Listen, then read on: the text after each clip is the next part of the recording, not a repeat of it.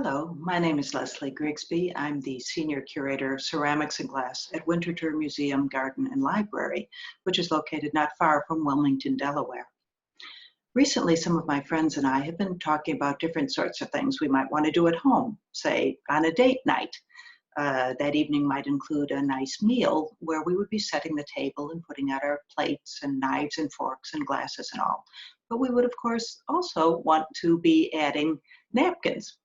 Now, napkin sounds like a pretty boring subject, I know, and you're all used to simple folding a napkin in half, for example, to make it look long and rectangular like that, or perhaps folding it in a triangular form and then setting it on the table next to your fork. Some other options, though, are much more exciting and go back hundreds of years in design. Why don't we take a look at a few?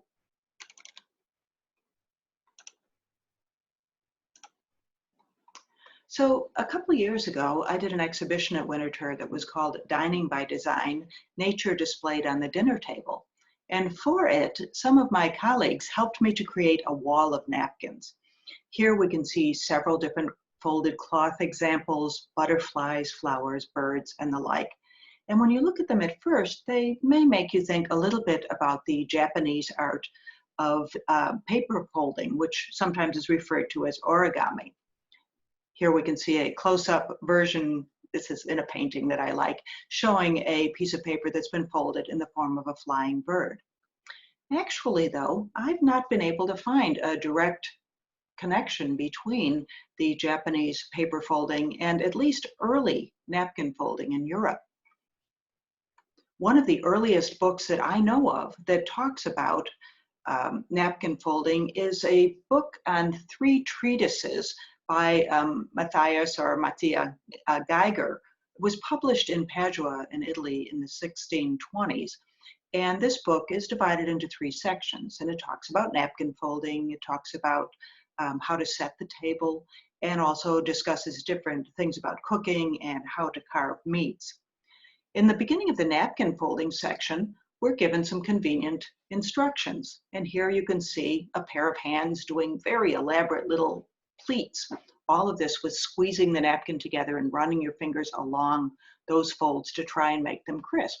Now, this looks pretty challenging to me, and I tried doing it and failed miserably. But when you think about the fact that these are the simple instructions after which you leap into images like these, here we see napkin folded designs, some of which would stand several feet tall. They're quite elaborate. They often seem to have been made out of several different napkins that might be stuffed a bit and then filled out and stood up on end. These types of napkins actually were not used so much as a way to wipe your mouth after you eat something. Instead, they were put out as a type of table ornament, almost a sculpture, similar to what we might see today in ice sculptures or sugar sculptures. The examples that you see here from 1629 would have only been found on very elegant tables. And actually, at that time, the cloth, the tablecloth itself, and the napkins were among the most costly furnishings that you would find on the table. These would be in very elegant homes. You might look at these folded napkin ornaments, and then you might, when you wanted to wipe your mouth, actually pick up the edge of the tablecloth and dab it across your face and then let that drop down. Or you could tear off a piece of your bread to wipe your mouth if you wanted to. Now, happily, over time, napkin folding patterns got a little bit simpler and a little bit more approachable. There are quite a few examples that were published in the 1600s, 1700s, and 1800s. Here we're looking at a sample from a book that's at Winterthur that's called the Encyclopedia of Practical Cookery, and it has a whole section on folding napkins, also known as serviettes. You can see these have step-by-step examples that are much simpler than what we saw in the Geiger book a little bit earlier. At the left, on this silver printed end paper, we can see a nice sort of lotus-shaped flower or water lily. This sort of a design, which we see here from 1898, would continue to be popular in modern times. And here we see Martha Stewart, and she shows the art of folding pretty much the identical type of water lily design, although she calls it a rose. She provides all of the different steps on her website that includes this and many other nature folding designs. So when I was getting ready to do my exhibition, I went to my colleagues who were over in the conservation lab. They specialize in working with textiles. And I took them a design that I had made, basing it on many different sources from about 200 different years. You can see some of the examples that I took to them with instructions from the period books. They were very kind to me and were willing to play with these things and even make them to the sizes that I was hoping to use. Here you can see the wonderful Textile Lab.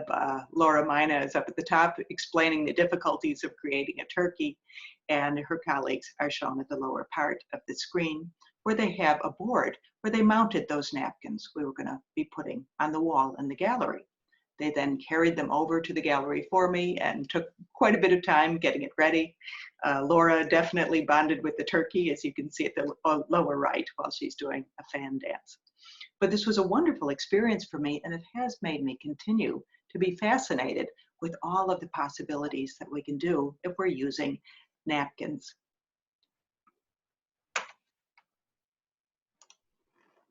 On that note, I'm going to step away from that and hope that your next date night at home, or whatever evening you have, whether it's just with your partner or with lots of people who come over for dinner, that you have a wonderful time and you don't forget the napkins.